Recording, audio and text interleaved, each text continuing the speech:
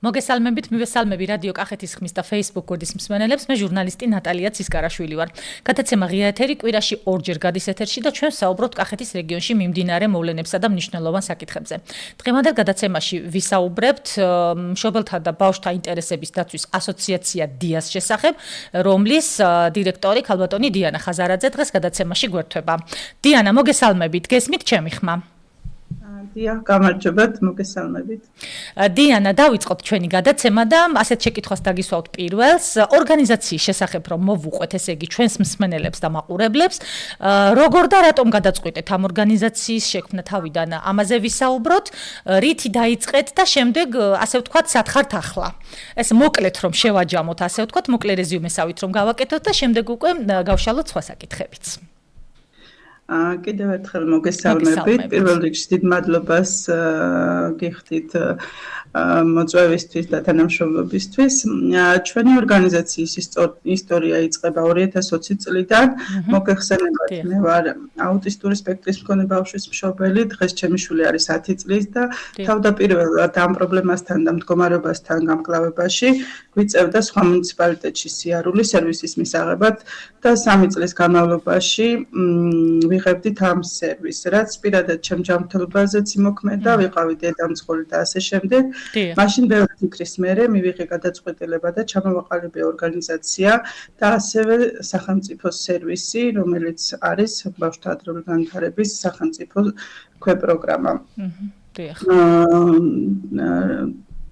დღეს ჩვენ ორგანიზაციაში მუშაობს 18 მომუშავე პერსონალი, სპეციალისტი, რაც სჭირდება ბავშვების ინტელექტუალური დარღვევის მქონე ბავშვებს და ესენია ენისა და მეტყველების თერაპევტი, ლოგოპედი, ადრეული ინტერვენციონისტი, ქცევის თერაპევტი, სპეცპედაგოგი, ფსიქოლოგი და სხვა. როგორც გითხარით, ჩვენ ვართ სახელმწიფო სერვის პროვაიდერი, თუმცა არა მარტო სახელმწიფო, ასევე გურჯაანის მუნიციპალიტეტი შედის ბავშვების თანადაფინანსებაში, როგორც თერაპიების, ასევე ტრანსპორტირების თანადაფინანსებაში. დიახ, გისმენთ დიანა, დიახ. არ იყო ეს სერვისი სამწუხაროდ გურჯაანის მუნიციპალიტეტში, მაგიტომ მივიღეთ მაშინ ჩვენ ეს გადაწყვეტილება, რაც ანუ სტატისტიკური მონაცემებით მაშინ 2020 წელს იყო სტატისტიკურად 25 ბავშვი ძლივს მოვიძიეთ, თუ ვისაც სჭირდებოდა ეს სერვისი, დღეს ჩვენ სერვისს იღებს 180 ბავშვზე მეტი ბავშვი. ეს გურჯაანის მუნიციპალიტეტზე არის ალბათ ხომ? გათვლილი თქვენი მუნიციპალიტეტში. და თავდაპირველად მაინც ესე იგი, ასე ვთქვათ, მოძიება ბავშვების უფრო რთული იყო. აი დიანა, იცით რა საკითხს მინდა კიდევ შევეხო, აი რამდენად მნიშვნელოვანი არის აი მშობლებზე რომ ვისაუბროთ, მათ ჩართულობაზე რომ ვისაუბროთ, აი როგორ იღებენ იგივე გადაწყვეტილებებს, ხომ? აი ბავშვები რომ მანდ მოყავთ, ხომ? აი თვითონ თუ არიან აქტიურად ჩართულები, თუ აი თქვენი სერვისი ვთქვათ როგორია, ტოვებენ დილიდან საღამომდე ასეთი მომსახურება გაქვთ. თუ აი ამ საკითხზე რომ მოგვიყვეთ, ძალიან მნიშვნელოვანი ესეც ხომ და თვითონ მშობლების ჩართულობაზეც რომ ვისაუბროთ და ასევე საზოგადოების ინფორმირებულობაზე და მხარდაჭერაზეც მინდა რომ ვისაუბროთ. ბავშვის ადრეულ ეტაპზე ძალიან მნიშვნელოვანია მშობლის ჩართულობა. ჩვენი სტატისტიკიდან გამომდინარე, სერვისის ჩართვა ხდება უფრო დაგვიანებულ ეტაპზე, როგორც ზემოთ აღნიშნე სერვისი ემსახურება 0-დან 7 წლამდე და იყოფა 3 ეტაპად: 0-დან 3 წლამდე, 3-დან 5 წლამდე და 5-დან 7 წლამდე. როცა მშობელი ხედავს, რომ ბავშვს აქვს ნებისმიერი დარღვევა, ეს იქნება მეტყველების დარღვევა, ქცევის დარღვევა, აუცილებელია ბავშვის ინტერვენცია და მშობლის ჩართულობა. ჩვენი გამოცდილებიდან გამომდინარე არის ისეთი შემთხვევები, როცა დედა არის მოწადინებული, თუმცა ოჯახის წევრების გამო მათი აზრების ვერ ახერხებს ჩვენამდე მოსვლა და ბავშვის ადრეულ ეტაპზე დიაგნოსტირება, რაც ბავშვის მდგომარეობის რეგრესთან გვაქვს საქმე. ძალიან მნიშვნელოვანია ოჯახის წევრების ჩართულობა, ასევე სკოლამდელი დაწესებულების ჩართულობა, რადგან ბავშვის სოციალური და სოციალურ-ემოციური ფონი მნიშვნელოვანია და ხელს უწყობს განვითარებაში. რაც სამწუხაროდ არ შემიძლია ვთქვა მშობლის დაბრყოლებებზე ამ საკითხში. ძალიან ბევრი ფაქტია ამის შესახებ, თუ როგორ დგებიან ნებისმიერი განვითარების ეტაპების დაყოვნების მქონე ბავშვებს და მათ მშობლებს, თითქმის არ არის ერთი დღე, რომ მშობელი არ მოვიდეს და არ თქვას თუ რა დაბრკოლებები აქვს, მაგალითად ბაღში, იგივე ან ოჯახში. და ჩვენ აქტიურად ვცდილობთ ჩავერიოთ და ჩავერთოთ ამა თუ იმ პროცესში და დავაწყნაროთ მშობელი. რაც შეეხება ცნობიერების ამაღლების ამ საკითხზე და მხარდაჭერაზე მშობლის, ვფიქრობთ, რომ ყოველდღიური ჩვენი ჩართულობით ჩვენ ვცდილობთ ხოლმე, რომ ვიაროთ გურჯაანის მუნიციპალიტეტში, ბაღებში, ამბულატორიებში, მშობლებთან ნებისმიერ, სადაც შეიძლება რომ მივაწვინოთ ხმა, თვითონ ვინც არის ჩართული სერვისში, ფაქტიურად თვითონ მშობლებიც უწევენ სხვა მშობლებს რეკომენდაციას, რომ ჩაერთონ სერვისში და მალევე მოხდეს ბავშვთან ჩარევა და ადრეულ ეტაპზე აღმოიფხვრას ის პრობლემა და არ მივიდეს შეზღუდულ შესაძლებლობის მქონე სტატუსამდე. დიანა, ეს ყველაფერი მშობლისთვის უფასოა თუ რაიმე განსაკუთრებული პროგრამები არის ისეთი, რომ თქვა ფასიანიც არის? დიახ, როგორც გითხარით, ჩვენ ვართ სახელმწიფო სერვის პროვაიდერი, 0-დან 7 წლამდე სახელმწიფო უფინანსებს ბავშვებს 8 თერაპიის ოდენობით თერაპიებს, სეანსებს, ასევე ჩართულია ჩვენი გურჯაანის მუნიციპალიტეტის თვითმმართველობა და სანამ ბავშვი ჩაერთვება სახელმწიფო პროგრამაში, მანამდე აფინანსებს გურჯაანის მერია, ასევე ბავშვებს უფინანსებს ტრანსპორტირების თანადაფინანსებას ყოველთვიურად ლოკაციის მიხედვით. ძალიან მნიშვნელოვანია და მე როგორც მშობელი, როგორც ზემოთ აღვნიშნე, ჩემთვის ნამდვილად არ იყო არც ინფორმირება, არც არავინ არ მეუბნებოდა, ჩემით მოვიძიე ყველაფერი აბსოლუტურად, რაც ჩემი შვილისთვის იყო ეს დაგვიანებული და დაგვიანებულ ეტაპზე ძალიან ძნელია მერე ბავშვთან პრობლემის აღმოფხვრა. დიახ.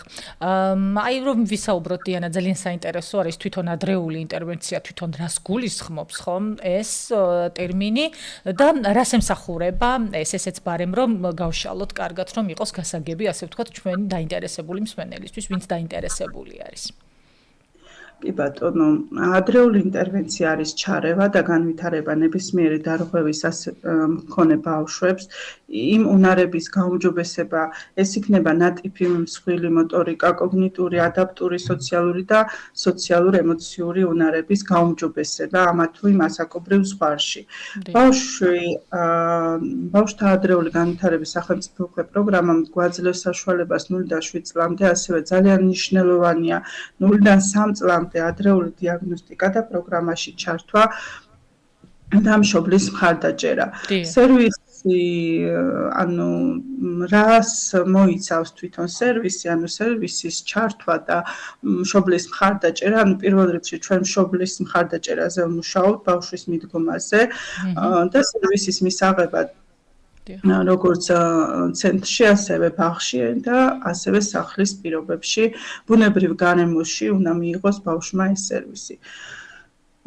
ჩვენთან მუშაობა ხდება 50 წუთის განმავლობაში ბავშვთან ინდივიდუალური, ჩვენი მიდგომა არის ბავშვთან მუშაობაში, როგორც ინდივიდუალური, ასევე ჯგუფური და ვცდილობთ, რომ იყოს კომპლექსური და ინტენსიური მუშაობა, რაც ბავშვის მდგომარეობაზე და განვითარებაზე ძალიან მოქმედებს და მალე მივდივართ შედეგამდე.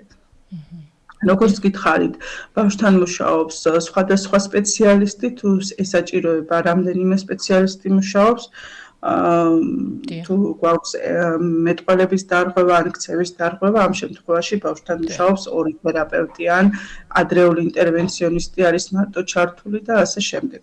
ბავშვის მდგომარეობიდან მისი სუსტი ან ძლიერი მხარეების გათვალისწინებით, ჩვენ თვითონ სახელმწიფო სერვის პროვაიდერი რო ვართ, გვაქვს თვითონ სახელმწიფო სტანდარტი, სადაც გვაქვს კითხვარები, ივსება ეს კითხვარები და იქიდან გამომდინარე იწერება ინდივიდუალური ბავშვთან გეგმა და მუშაობთ უკვე იმ გეგმის თანახმად.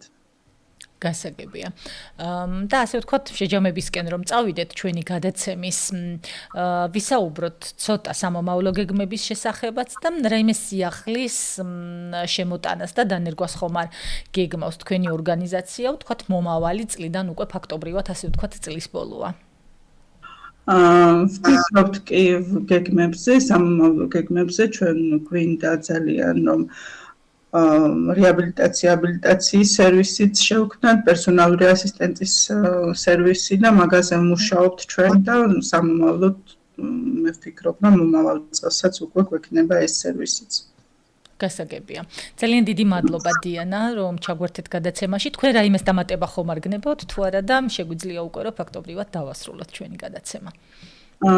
დიდი მადლობა თქვენ ისევ გვინდა რომ მოუწოდოთ მშობლებს რომ ადრეულ ეტაპზევე მიიღონ სერვისი, მოვიდნენ და რაც ვფიქრობთ რომ ბავშვებს ძალიან დაეხმარებიან და პირველ რიგში თავის თავსაც რომ არ მივიდეთ ცუდ შედეგამდე. ძალიან დიდი მადლობა დიანა, მე წარმატებას გისურვებთ და იმედია რომ შემდეგ პერიოდებში უკვე ბევრი საინტერესო და სასარგებლო პირველ რიგში სერვისი გექნებათ დამატებული თქვენს ორგანიზაციას ბავშვებისთვის. ძალიან დიდი მადლობა, წარმატებებს გისურვებთ კიდევ ერთხელ ნახვამდის. კარგად ვზანდებოდეთ, მე ვემშვიდობები ჩვენს მსმენელს და მაყურებელს, კარგად ვზანდებოდეთ მომავალ შეხვედრამდე.